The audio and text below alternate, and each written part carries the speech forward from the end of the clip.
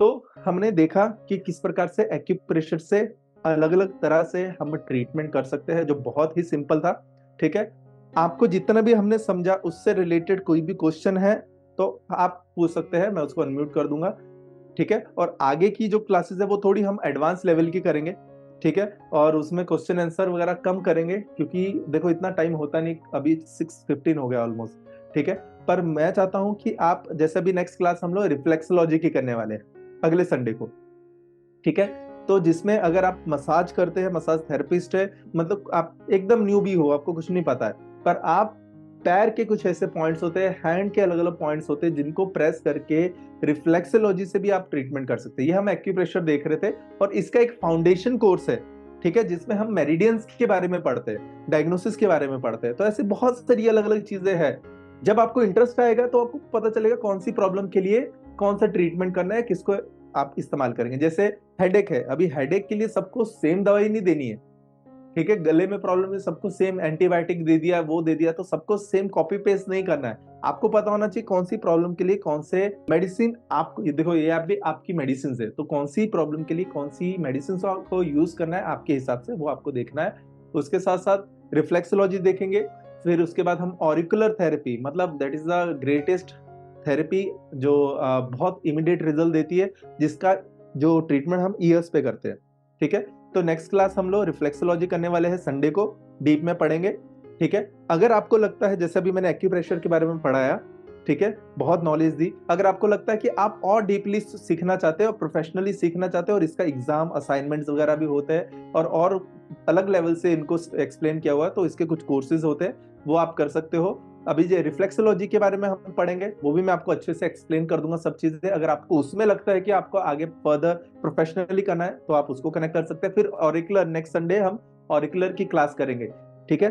पूरे ईयर पे हम कैसे ट्रीटमेंट करते हैं, नींद की प्रॉब्लम है, नींद नहीं आती अच्छे से, कॉन्स्टिपेशन की प्रॉब्लम है, इमीडिएटली किसी को ब्लीडिंग हो जाए तब कैसे रोकते हैं, किसी को इमीडिएटली बीपी की प्रॉब्लम हो जाए तब उसको कैसे बैलेंस करते हैं, ठीक है? हार्ट की प्रॉब्लम है, आपको बहुत ज्यादा एंजाइटी है, स्ट्रेस है, नींद नहीं आती है, ऐसी हजारों ही प्रॉब्लम है, नी की प्रॉब्लम, बैक की प्रॉब्लम, इन सब का आप एक्यूप्रेशर भी इस्तेमाल कीजिए, साथ में इसका इस्तेमाल भी कीजिए, तो आप देखेंगे सामने वाला पर्सन बोलेगा कि आप तो भगवान की तरह मेरे लाइफ में आ गया, आपने मुझे तुरंत ठीक कर दिया, ठीक है? तो हमें एक ही चीज को नहीं पकड़ना है, सब चीजों को एक साथ कंबाइंड करके उसका ट्रीटमेंट करना है, एक्सरसाइज करनी है, और साथ में लाइफ में खाने का थोड़ा ध्यान रखना है, जितना हो सके शुगर को अवॉइड कीजिए। पैकेट फूड होते हैं, जो मरे हुए खाना जिसको बोला जाता है, देखिए पता सबको है पर हम फॉलो नहीं करते। खाने के बाद 2 घंटे के, 1.5 या 2 घंटे के बाद ही पानी पीना है, पर हम लोग फॉलो नहीं करते। खाने, जब आप खाना खा लेते हो शाम को, तो उसके बाद 5 से 6 बजे के बाद फ्रूट नहीं खाने हैं। देखिए पता सबको है पर फॉलो नहीं करते हैं। तो ऐसे दिनचर्या क्या होनी चाहिए, सुबह से शाम तक आपका खाना कैसा होना चाहिए ऋतुचर्या के हिसाब से, जो अभी करंटली फरवरी मार्च का महीना है, तब आपको कौन कौन सी चीजें खानी चाहिए ऋतु के हिसाब से और आपके एरिया के हिसाब से। जैसे महाराष्ट्र है, महाराष्ट्र के हिसाब से क्या खाना चाहिए, दिल्ली के हिसाब से क्या खाना चाहिए, तो इसका भी एक कोर्स हम लेके आएंगे, जिसमें आप देख सकते हैं, देख के अपना आप खुद स्टार्ट कीजिए, आप दवाइयां की आपको जरूरत ही नहीं पड़ेगी और आप दूसरों को भी सिखा सकते हो। अगर आपको कोई क्वेश्चन है तो आप क्वेश्चन नीचे लिख सकते हैं, बाकी हम आगे कंटिन्यू करेंगे। आप लोग में कौन, मुझे लग रहा है, इंटरेस्टेड है आगे सीखने के लिए रिफ्लेक्सोलॉजी, तो टाइप यस। आप जो मैं आज जितना आपको सिखा रहा हूँ ना, ट्रस्ट में आपको इसके लिए लोग अच्छा चार्ज करते हैं, जितना मैंने आपको आज सिखाया, और ऐसा और भी मैं सिखाना चाहता हूँ, पर आपका इंटरेस्ट होना चाहिए। नहीं तो ऐसा हो जाएगा कि मैं आ रहा हूँ, जैसे आज ओनली 4-5 लोगों ने ही आपकी स्क्रीन रखी हुई है, बाकी सब लोगों ने बंद कर रखी, तो मुझे लग ही नहीं रहा है कि हम लोग पढ़ाई कर रहे हैं। ऐसा लग रहा है कि बस आके मैं बस बोलते जा रहा हूँ, अपनी एनर्जी वेस्ट करते जा रहा हूँ, ठीक है? It's always both the side. जब आप इंटरेक्ट करोगे तब मैं आपसे क्वेश्चन आंसर कर सकता हूँ। जैसे अभी लाइव क्लास है, तो वहां पे कोई नहीं रहेगा, तो एक बार मैं करूंगा, 2 बार करूंगा, उसके बाद करना बंद कर दूंगा।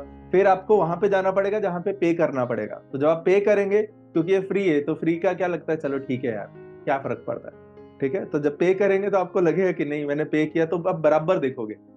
तो ऐसा मत कीजिए, ठीक है? थोड़ी सी रिस्पेक्ट कीजिए, जो भी आप सिखा रहे हैं उसको यूज कीजिए, और अपने जितने भी एक्सपीरियंस है वो शेयर कीजिए कि रिजल्ट मिल रहा है, नहीं मिल रहा है। नहीं मिल रहा है तो मैं आपको बताऊंगा आप क्या चीज बेटर कीजिए, जिससे आप देखेंगे कि नहीं यार, कि जेन्युइनली इससे रिजल्ट मिल रहा है।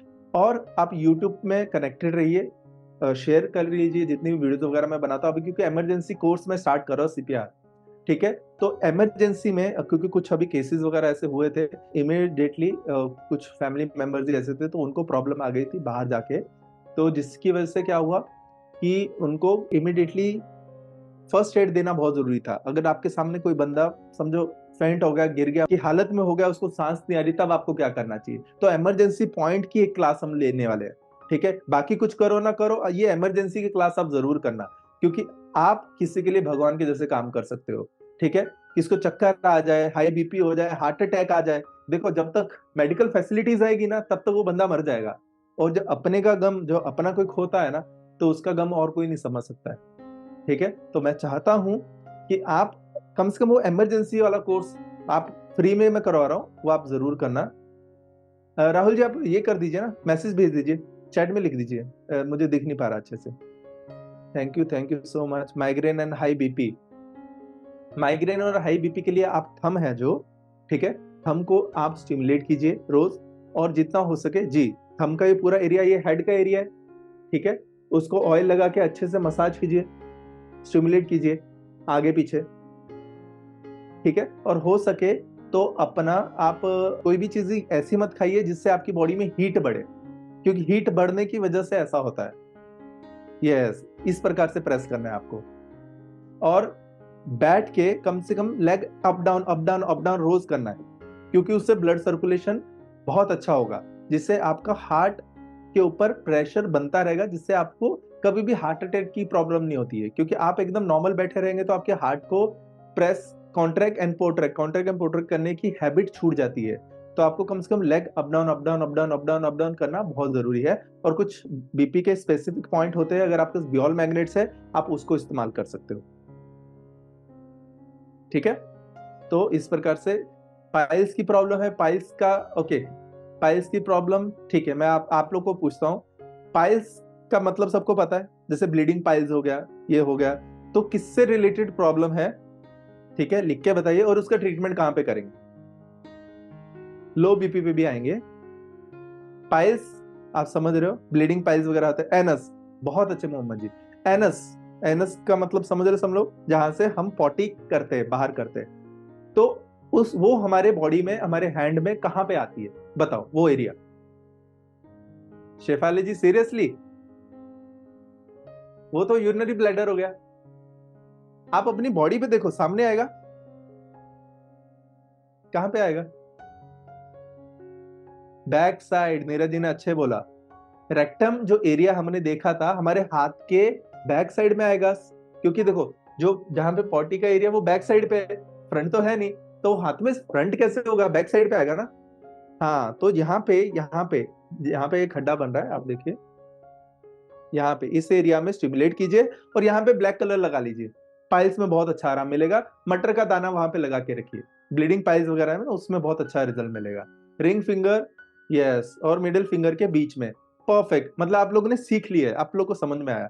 ओके, मुझे अभी बताइए कि किसी पर्सन को लेफ्ट एल्बो में प्रॉब्लम है तो उसका ट्रीटमेंट कहाँ देंगे? लेफ्ट एल्बो में ट्रीटमेंट कहाँ देंगे? लेफ्ट एल्बो का ट्रीटमेंट फटाफट टाइप कीजिए, लेफ्ट एल्बो का ट्रीटमेंट, लेफ्ट एल्बो का ट्रीटमेंट, नीचे लिखिए, नीचे लिखिए, नीचे लिखिए, लेफ्ट एल्बो का। मोहम्मद जी वेरी गुड, वेरी गुड, आपको बहुत अच्छे से सीख लिया आपने, आप दूसरों की हेल्प कीजिए। लेफ्ट हैंड, ठीक है, लेफ्ट हैंड में, बट कहाँ? लेफ्ट हैंड में, नहीं नहीं नहीं Shefali ji, left, left hand middle finger कैसे होगा? लेफ्ट हैंड की मिडिल फिंगर नहीं होगा, मिडिल फिंगर तो लेग्स हो गई। मिडिल फिंगर देखो, मिडिल फिंगर, दोनों जो मिडिल फिंगर है ये लेग्स का काम करेगी, ठीक है, और जो इंडेक्स फिंगर है ये आर्म्स का काम करेगी। हाँ, लेफ्ट इंडेक्स फिंगर, हाँ, पिथ जॉइंट, पिथ जॉइंट। ओके, चलिए मुझे बस ये बता दीजिए, तो मुझे लग जाएगा आप लोग को समझ में आ गया। अगर किसी पर्सन को फिंगर्स में प्रॉब्लम है तो कहां पे ट्रीटमेंट देंगे बताइए? फिंगर्स में, फिंगर्स में प्रॉब्लम है, ओके, राइट फिंगर्स में प्रॉब्लम है, राइट हैंड की फिंगर्स में प्रॉब्लम है, राइट हैंड की फिंगर्स में प्रॉब्लम है, राइट फिंगर्स में प्रॉब्लम है। चलो थोड़ा और कॉम्प्लिकेटेड बनाता हूं, राइट हैंड की, राइट थंब में प्रॉब्लम है तो कहां पे देंगे? राइट थंब में प्रॉब्लम है, सी प्रॉब्लम तो किसी में भी आ सकती है ना, राइट थंब में प्रॉब्लम है तो उसका ट्रीटमेंट कहां देंगे? नहीं नहीं नहीं नहीं रीता मैम, थंब में कैसे देंगे ट्रीटमेंट? थंब में तो सर आता है। हाँ मेरी बात नहीं समझे, राइट हैंड के थंब की प्रॉब्लम है तो उसका ट्रीटमेंट हमारे हाथ में किधर देंगे? Neeraj ji, right index finger या लेफ्ट इंडेक्स फिंगर?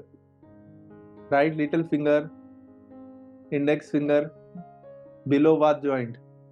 नहीं, मैं आपको ये बता देता हूँ क्योंकि लोगों को ये कंफ्यूज होगा। देखिए